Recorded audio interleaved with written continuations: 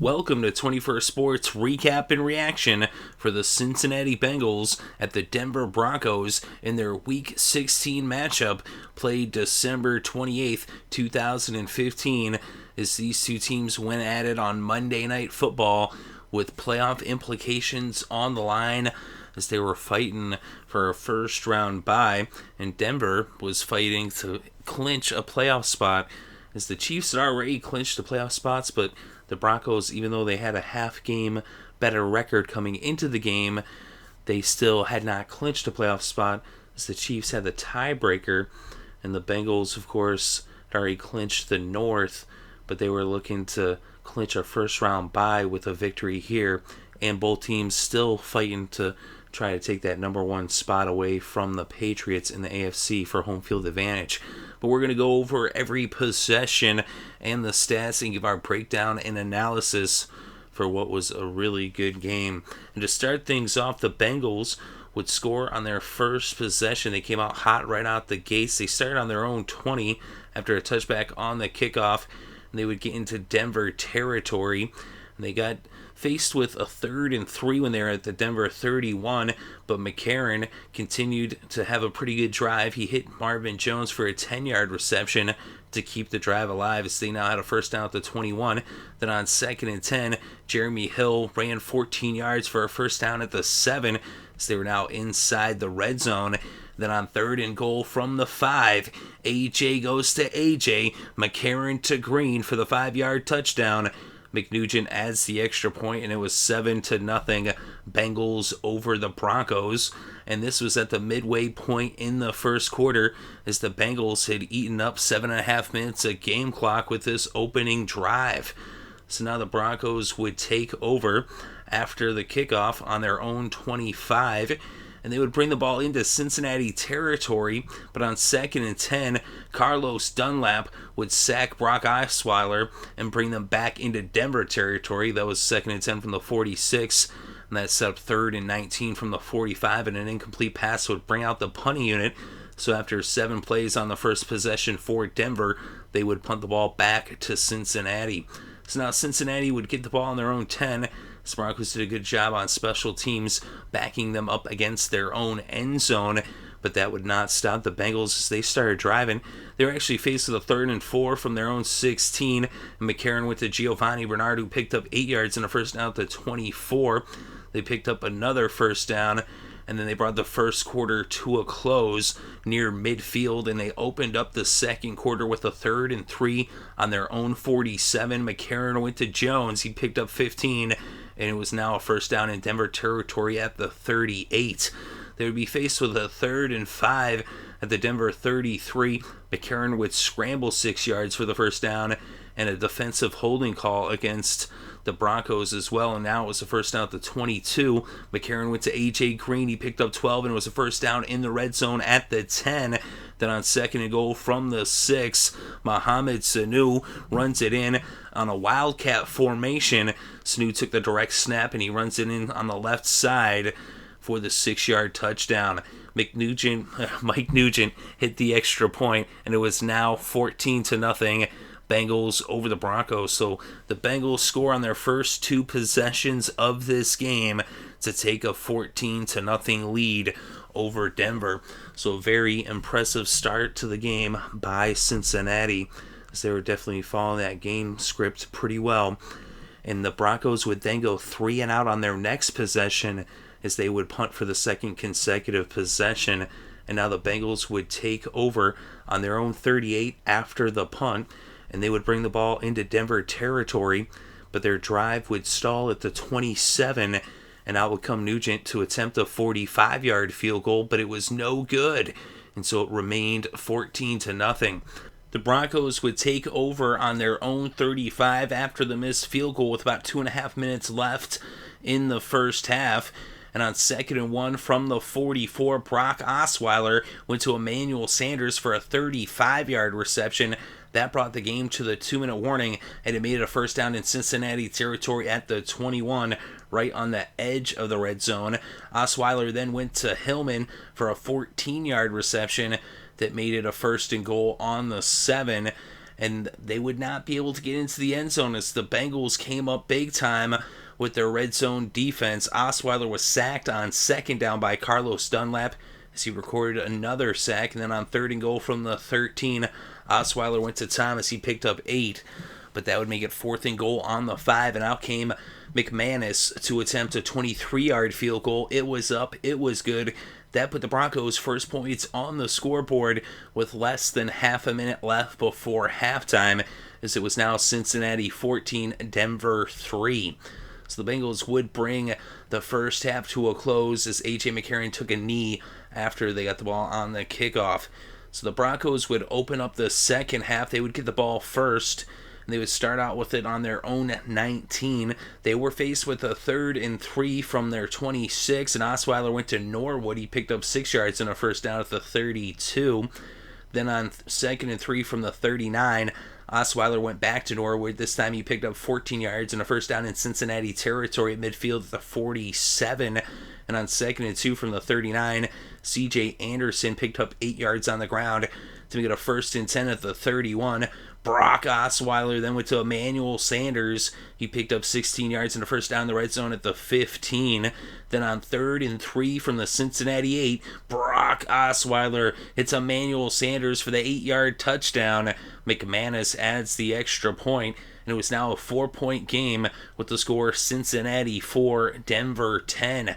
So now the Bengals would get the ball for the first time in the second half, and the Broncos defense would hold them to a 3-and-out as they would punt the ball to Denver. Denver would then be held to a 3-and-out as well, and they would punt the ball back to Cincinnati. Cincinnati would then punt for the second time in the second half, this time after 5 plays. The Broncos would then go 3-and-out for the second consecutive possession after having scored on their first possession of the second half, as we were reaching close to the end of the third quarter when the Bengals took over and they went 3-and-out as they brought the third quarter to a close and would punt on the first play of the fourth quarter. The Broncos then went 3-and-out for the third consecutive possession, and they gave the ball back to the Bengals, who would then go 3-and-out for their second consecutive possession as these two teams were trading punts back and forth. The defense coming up really clutch here in the second half. But now Denver would take over on their own 48 after the punt with a little less than 12 minutes left in the fourth quarter. And on first down, Osweiler went to DeMarcus Thomas. He picked up 13 yards, and that made it a 1st and 10 at the Cincinnati 39. They gave it to C.J. Anderson, and he found the holes, and he found his way all the way to the end zone. A 39-yard touchdown run by C.J. Anderson, picking up the blocks. McManus added the extra point, and the Broncos were in the lead for the first time in this game, 17-14, with just over 11 minutes left in regulation. So now the Bengals, not having scored in the second half, would get the ball on their own 20 after the touchback on the kickoff, now trailing by 3. They would be faced with a 3rd and 16 from the 14 after McCarron was sacked on second down by Wolf. But on 3rd and 16, McCarron hits Mohamed Sanu. He picks up 20 and a first down at the Cincinnati 34. They were then faced with a 3rd and 8 on their own 46. McCarron then goes to Croft, and he picks up 15 yards and a first down in Denver territory at the 39. But their drive would stall at the 34, and out would come Mike Nugent to attempt a 52-yard field goal. It was up, it was good, and this game was tied at 17 apiece with less than 7 minutes left to play in regulation. So now the Broncos would get the ball after the kickoff on their own 19, and they brought the ball up to midfield, and they got into Cincinnati territory.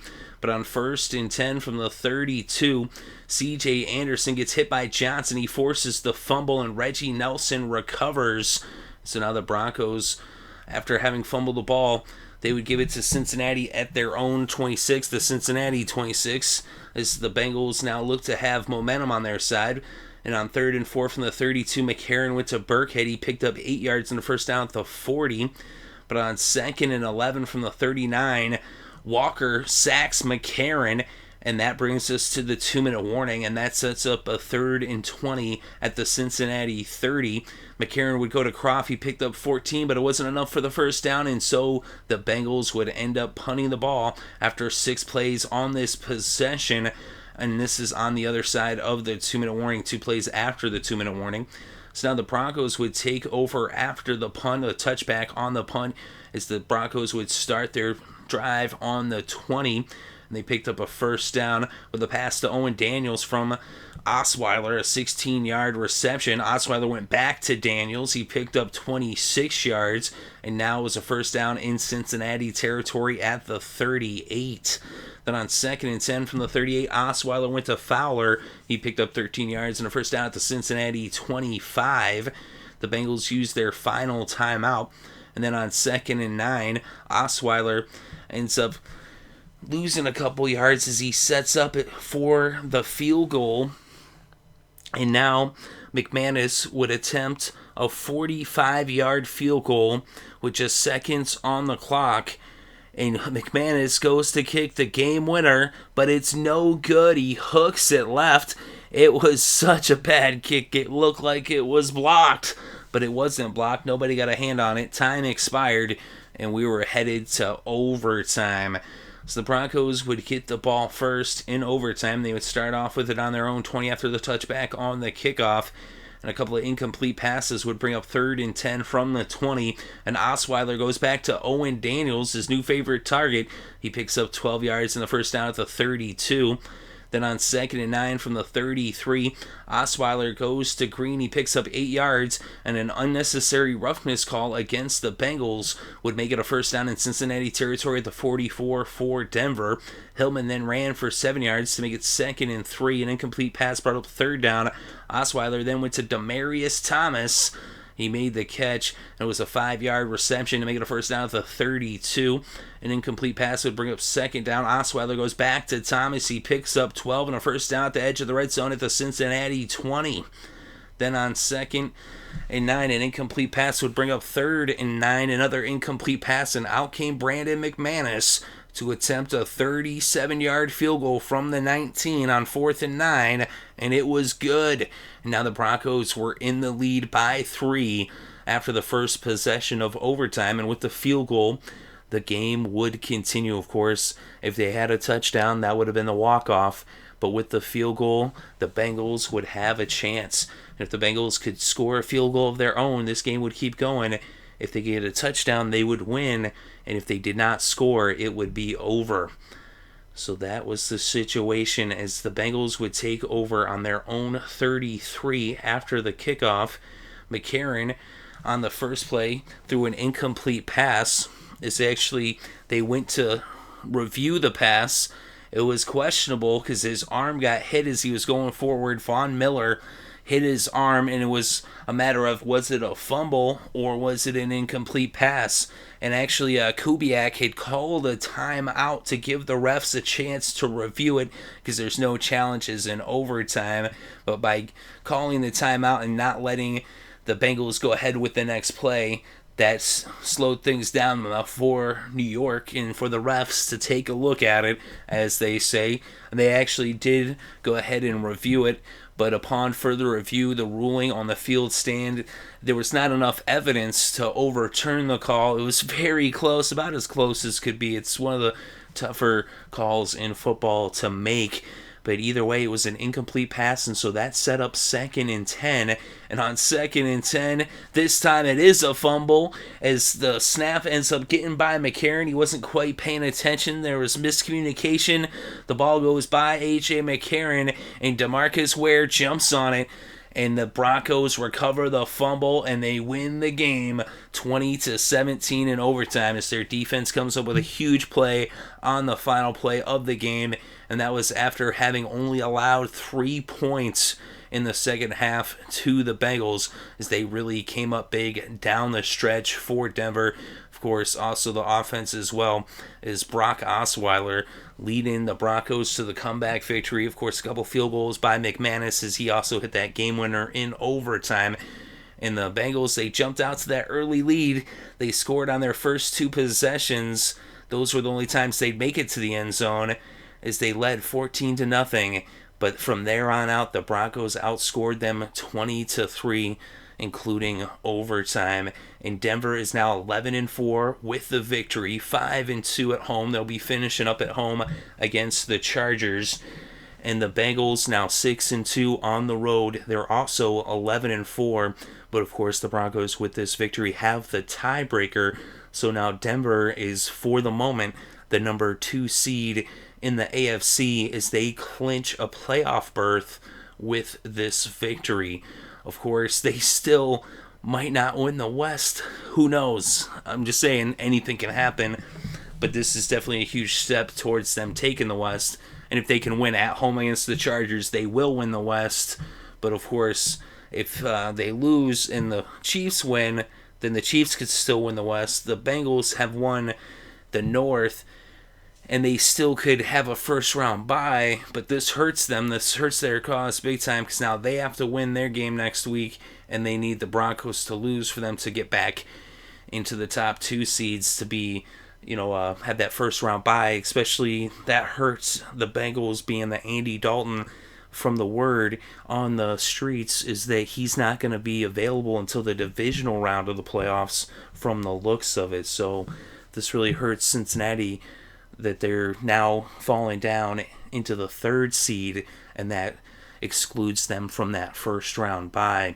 And it also keeps the Colts alive. If the Bengals had won this game, the Texans would have clinched the AFC South, but with Denver having won this game, it keeps the Indianapolis Colts alive. Of course, that situation's a whole other crazy thing, is the Colts need a whole lot of help. Not only do they need to win and they need the Texans to lose, they also need a bunch of other teams to lose as well. They need the Browns to lose, they need the Patriots to lose, they need the Saints to lose, they need the Chiefs to lose. I think they need the Chargers to lose. It's just, they need 10 things to happen, or 9 more things now that the Broncos have won this game. But as for this one, though, Denver is in the playoffs. And what a game it was. What a defensive performance by both teams, really playing excellent defense. And in the first half, it was all Cincinnati. The Bengals really looked to be in control in the first half. They had the ball 21 minutes in the first half to just 9 minutes for the Broncos in that first half.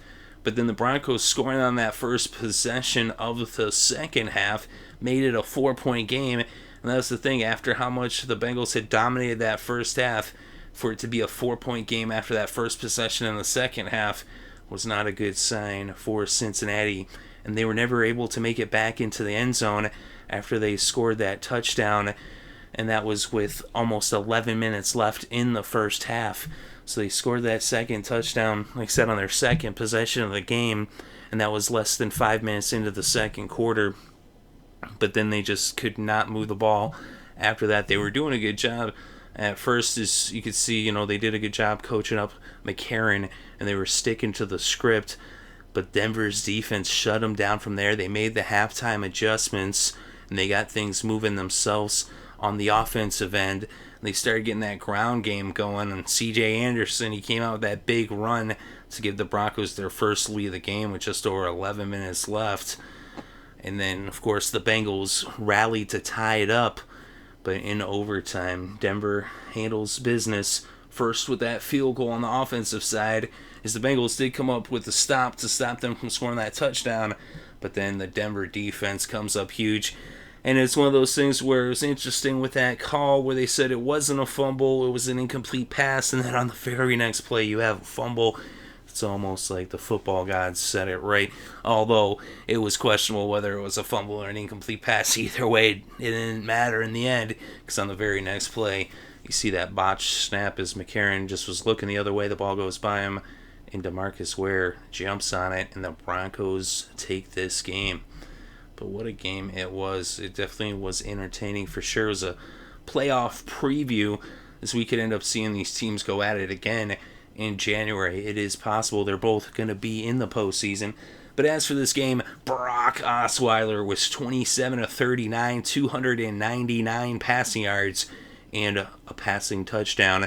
C.J. Anderson, just 9 carries, but 73 yards. Of course, 39 of those yards came on his touchdown run. Hillman had 9 carries for 35 yards. Hillman also had 4 catches for 37 yards, which gave him 72 yards on the day. Anderson also had a catch for 8 yards as he ended up with 81 total yards. Owen Daniels came up big down the stretch, especially in the fourth quarter and in overtime. He had 5 catches for 70 yards, and Emmanuel Sanders scored the first touchdown for the Broncos in this game. He had 4 catches for 67 yards, including that touchdown. And DeMarcus Thomas, he came up clutch with some big catches down the stretch as well, and he had 7 catches for 59 yards in the game. A.J. McCarron was 22 of 35 with 200 passing yards and a touchdown for Cincinnati. Jeremy Hill had 19 carries for 63 yards, and A.J. Green had 5 catches for 57 yards. McCarron also had 21 yards on the ground off of 4 carries. Mohamed Sanu had 3 catches for 29 yards. He had 2 carries for 10 yards and a rushing touchdown. And Tyler Croft had 4 catches for 46 yards. And Marvin Jones, 3 catches for 33 yards. Giovanni Bernard had 4 catches for 29 yards. He also had 8 carries for 14 yards in this game, which gave him 43 total yards overall. And for the kickers in this game, Brandon McManus, 2 for 3 on the field goals, including the game winner in overtime. What would be the game winner in overtime. He also was 2 for 2 on the extra points. Mike Nugent, 1 for 2 on the field goals, 2 for 2 on the extra points. And on defense for Denver, Walker had a sack. Wolf had a sack as well. And Ware had that fumble recovery at the end. Von Miller also putting some pressure on the quarterback. Overall, the Denver defense did an excellent job in this game, especially in the second half, really clamping down as they would keep the Bengals out of the end zone. And they kept them out of the end zone for the final 10 minutes of the first half as well. So the final 40-plus minutes of this game, Denver shut them down, only allowing 3 points in that 40-minute span. And for Cincinnati on defense, Carlos Dunlap, 3 sacks in this game as he was putting the pressure on Brock Osweiler. Osweiler doing a heck of a job, though, even under all that pressure. Johnson had a forced fumble for Cincinnati also. We look at team stats, 22 first downs for both the Broncos and the Bengals. On third down, Cincinnati, 10 of 17, 58% conversion rate on third down. Denver, 4 for 11, just 36% on third down. Total net yards, 390 for the Broncos, 294 for the Bengals. On the ground, the Broncos netted 113 and the Bengals netted 108, although Denver had almost 2 more yards, well, actually more than 2 yards per rushing play on average, as they averaged 5.4 and the Bengals averaged 3.3, although Cincinnati was really committed to the run, especially in the second half. They just kept running the ball, especially once they jumped out to that lead. But they really weren't getting quite the production that Denver ended up getting out of the ground game. But we look at the net passing yards, 277 for Denver. Osweiler was sacked 3 times, losing a total of 22 yards. And for the Bengals, they netted 186 through the air, as McCarron was sacked twice, losing a total of 14 yards. Look at the penalties in this game, 6 against Cincinnati for 45 yards, 5 against Denver for 40 yards. Both teams had a fumble, which they lost in this game. When we look at the red zone, the Bengals 2 for 2, and that was on their first two possessions, as they were 100% in the red zone, but they never made another trip back to the red zone after their first 2 possessions of the game. So the Broncos not just holding them out of the end zone, they held them out of the red zone for that final 40-plus minutes of the game. And for Cincinnati, they were 1 for 3 in the red zone, just 33%. And at the time of possession, the Bengals had the ball 37 minutes, 28 seconds. The Broncos, 27 minutes and 50 seconds. Of course, you have that overtime, is that extra time on there. But although it was a 10-minute difference, about 10-minute difference, give or take, a few seconds, about a half a minute, give or take. But actually, most of that came in the first half.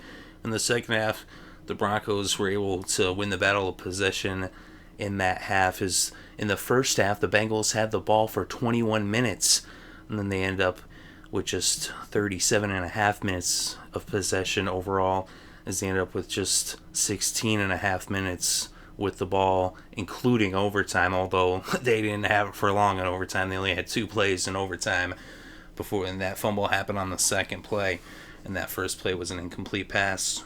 So the Broncos really rallied in this game. They come up big time in the second half. And the Bengals, they started off so strong in this game, but they didn't finish well. And that's something that, has happened throughout the season, is they do tend to have trouble finishing in the second half and continue to put points on the board. And give the Broncos credit. They stayed firm. They kept coming at them. They didn't give up. They were down by 2 scores, and they just kept on moving the ball and trying to get something going. They finally get in the end zone on that first possession of the second half, and they do that by making a good adjustment at halftime. They came out with a plan, and they go down, they score. They made it a 4-point game, and then the big play by C.J. Anderson, that 39-yard touchdown run, which gave them the lead there in the fourth for the first time in the game. And that's the thing, they just kept battling. Their defense kept them close. They kept them in the game, and eventually they got the points that they needed, and it went to overtime. And even though they didn't get in the end zone, they did put 3 on the board, and their defense did the rest. As it was a full team effort, as they really showed a lot of character in this game. And that's the thing with Denver, they have the issue at quarterback, and it's even, there's talk that maybe Peyton would play in Week 17. Of course, with this win and with the performance by Osweiler, it's definitely a controversy as to what is going to be the decision, although conventional wisdom would say that they would go back to Peyton. I mean, he's a Hall of Famer, one of the greatest quarterbacks to ever play the game. Osweiler has been doing quite the good job in his absence. I mean, he's, had his struggles at times, which is to be expected, but he's also shown some flashes of being the quarterback of the future for Denver. As the Broncos, actually, the future is looking a lot brighter in terms of once Peyton moves on, that they actually have Osweiler waiting to take over this job. Although, is this job already his? That's the question people are going to be talking about all week and heading into the playoffs. Is Peyton Manning going to take back the helm? Is he going to be the guy under center for Denver, or are they going to stick with Brock Osweiler? I mean, I don't know which decision is right there. In either way, it's going to be second guessed, other than if they make it all the way to Levi Stadium for Super Bowl 50 and win it. So either way, it's kind of you're damned if you do, you're damned if you don't, in terms of that question right there. But the Broncos are going to be going to the playoffs with this victory. They have clinched that playoff berth, and if they can beat San Diego next week at Mile High, then they will take the AFC West, and they will secure a first-round bye, and they potentially could end up with the number 1 seed if the Dolphins beat the Patriots. So we'll see how that all shapes up in Week 17, but let me know what you think in the comments section below. Definitely interested to read your thoughts and opinions. Thank you very much for listening. It's greatly appreciated. I hope you're having a good day and had a great weekend, and have a happy new year, and enjoy all the sports.